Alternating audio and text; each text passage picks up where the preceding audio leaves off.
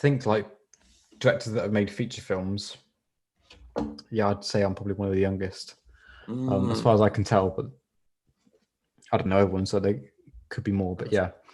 Yes, that's something to be recognised, brother. Fair play to you. You should be proud of yourself. And, Thank you. yes, it's awesome stuff. Where do you see your long-term kind of goals, Ollie? Because like, as we've discussed many times, seeing cinema being kind of the leveling of the playing field, then, if you like, with regards to equipment and whatnot, what used to cost, fortunes now can be budgetized to such a degree. Where do you see it all going? Well, independent cinema is on the rise, as far as I'm concerned. Is quality on the rise? Yes and no. For the most part, most of what I've seen, quality-wise, has been quite good. But in terms of what I see myself doing, I would never want to sell out and go big and go doing massive Hollywood big feature film, because that just sounds like too much stress. I got other friends in the industry, and man, I mean, I wish I had their job, but at the same time, I know what they go through. Sounds like shenanigans. It's like worked to the bone. And I don't want that, and I don't want to have some producer in my ear going, "Oh, we can't do this, we can't do that." I'm very happy, just like going at my own pace, making what I want to make, how I want to make it. Exactly. Be it short or feature film. It would be nice to have a bit of a bigger budget than £2,000 to make a film, and actually be able to pay everyone. But I don't want massive responsibilities or massive budgets. That doesn't really appeal to me. Let's keep underground. Keep underground, yeah. Yeah, I think definitely. That's for the best. I think all that kind of old guard is all gone. Is all going to be going soon with regards to kind of massive budget stuff. It's like with this. Wanted to ask you about the end of realism they talk about, with all this kind of 3D and green screen. What's your opinion on all that? Do you enjoy it all, or are you always kind of seeing the faults and the being a kind of cinemaphile yourself? No, not really. One of the pros and one of the cons of being a filmmaker is every time I watch a film, I'll go, "Oh yeah, I know how they made that," or thinking, "Oh, how did they get around that?" Or that must have been one heck of a shoot. So I always know green screen, and I think we only used there's only 2 green screen shots in the black spot, and they were like not really necessary at all. We just had to do it for budgetary reasons, and you can hardly tell that it's green screen. And I'm not a big fan of like all the Marvel films and all the big explosions and big special effect films that come out now, like Black Panther and all that sort of stuff. I'm not a fan of that at all. I mean, I love sci-fi, and when you don't know, and when you get a good sci-fi that uses CGI and you don't know you're watching it, that's really good. But all these big Hollywood films, no, it's not for me at all. He likes his realism. I'm a man after you, brother. Have you seen, I forgot to ask you, I'm not sure if I did, the Green Room with Patrick Stewart? Yes. Yeah, I've got that on DVD. It's unnecessarily graphic. Yeah. But that's my kind of cinema, it's just so boom. You're almost in the room with them, and that's my favorite type of cinema. And on that note, Ollie, I did ask you to tell us what are your 5 favorites and 5 most obscure films, didn't I? Did you I've written them down. I don't know how many of these you've seen, because I did send you the list. You did, but I didn't want to I glanced at it, but I wanted it to be a surprise. So, With Nell and I, it's an absolute classic, and that's one of the very few films where I can watch that and it just puts me in a nice Camberwell Carrot. One of the most quoted films that I still quote day in and day out. But I can watch that film and it just puts me in a nice, happy, warm, cozy sort of place. No matter what mood I'm in, that's just an absolutely lovely, lovely film. That's a good shout. I can't argue with that one. So Wolf and I, and then Peter Jackson's Bad Taste, which is his first ever. Oh, the real kind film. of zombie gore. No, it's no, that's Brain Dead. Bad Taste is an alien film where these aliens. I've seen that one. Oh, I'll get you on it. I'll get you on it. But these intergalactic aliens come down to this little New Zealand town, wipe out the town, and turn them all into intergalactic hamburger meat. And then a small team of like SAS sort of type guys have to go in and rescue the last person in the town and defeat the aliens. And there's just something about it. It's so low budget and there's so much charm to it. It's just fantastic. That's another one we'll have to check out. Yeah. So we got that, and also Night of the Hunter. Have you seen that? Ooh, I don't think so. Remind me. Robert Mitchum. No, I don't think I have. Tell me about it. This is another hard film to describe without giving too much away. Oh, indeed. Okay.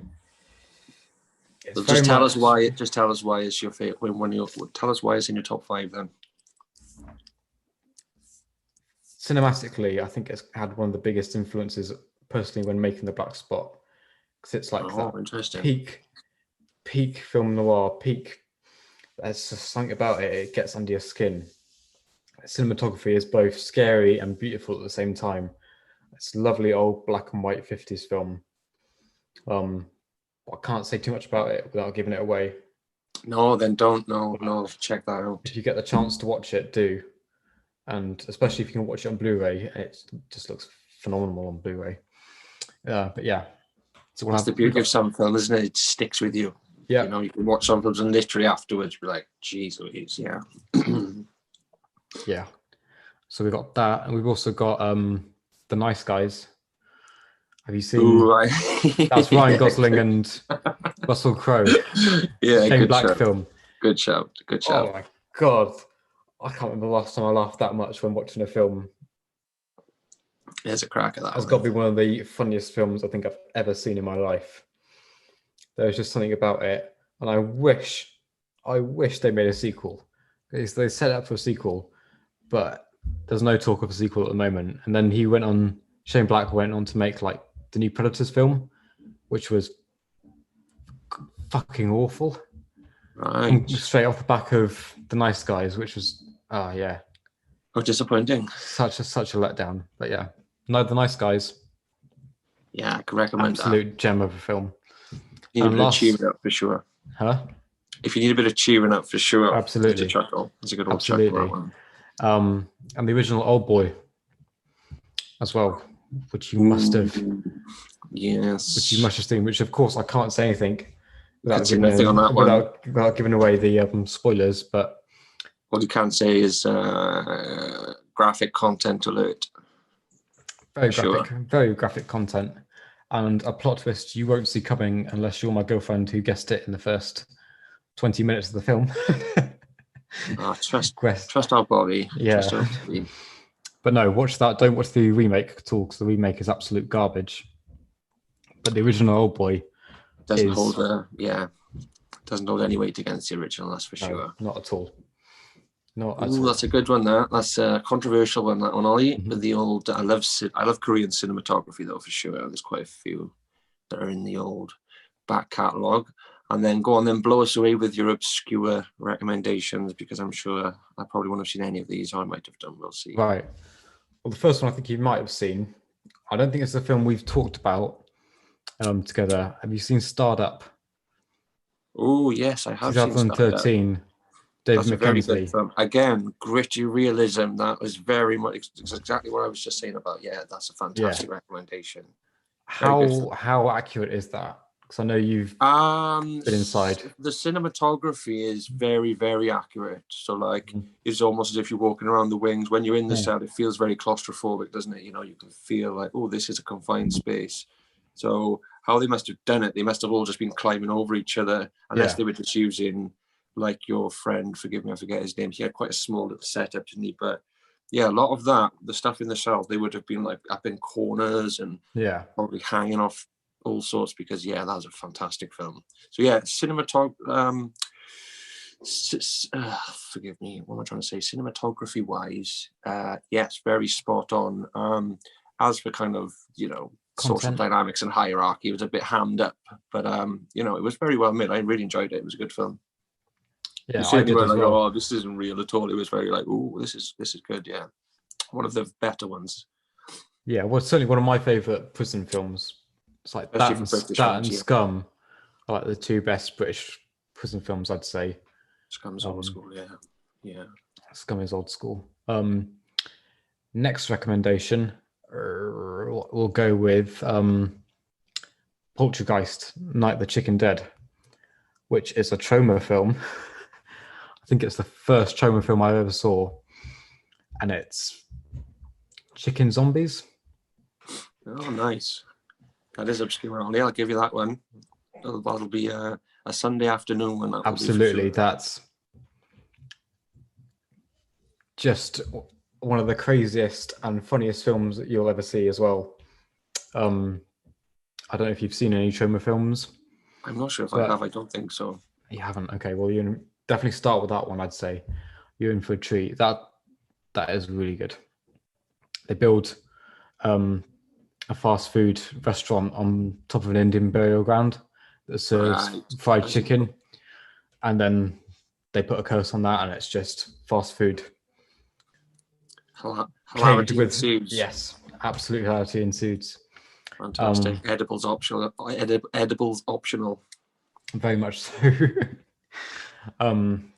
Which was one of the main reasons that sparked my interest in Troma, which led to obviously going to New York and. I was going to ask about that, so you've segued into that one. But tell us about New York before you tell us the rest of the movies. Yeah, thank you. So, for those that don't know, I was in the latest Troma film, hashtag Shakespeare's Shitstorm, which is out limitedly now. I think we had the world premiere a month ago, I think.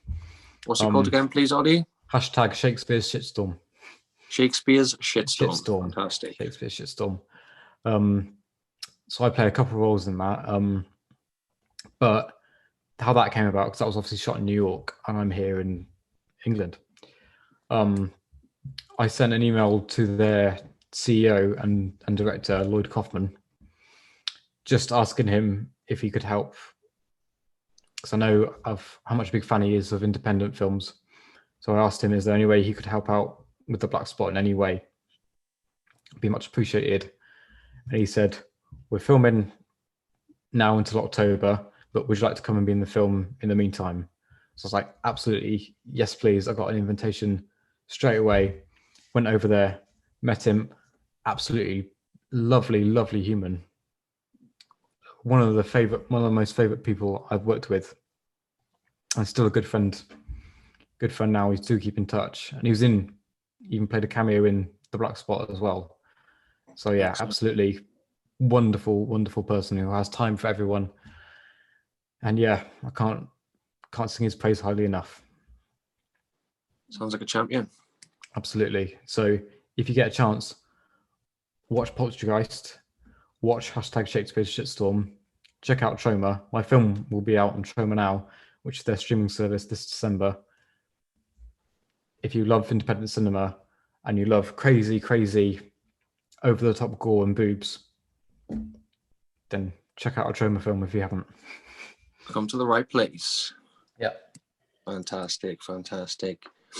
I'll go on then, Ollie. I think you had 2 or 3 more recommendations for your obscures. I think it was 2 you've given us so far, maybe 3. The Old Dark House, which is a 1932 film directed by James Whale, who did Frankenstein, Bride of Frankenstein, He Was All Man. So it's one of those classic Universal style horror films. 5 strangers get stuck in a mansion overnight. It's proper nice old haunted mansion sort of style comedy horror film. from the 30s. So I highly recommend that. It's Check. really, really good. Really, really good. Another Have you seen The recommendation. Family? Sorry to interrupt you, brother. Have you seen The Family? I think it's either Korean or Japanese. I don't think so. The name rings a bell. Yeah, I that's did a think it good was one. Korean. I I'll think so. certainly note that down. Yeah, for sure. And then another one, P.D. Wheatstraw, Devil's Son-in-Law. I don't know if you're familiar with. You've really brought the obscurity to the I party have. today, brother, with all five. Fair play to you, respect. Rudy I've not Ray yet heard Moore. of it. Do you know Oh, Rudy is Ray it? Moore?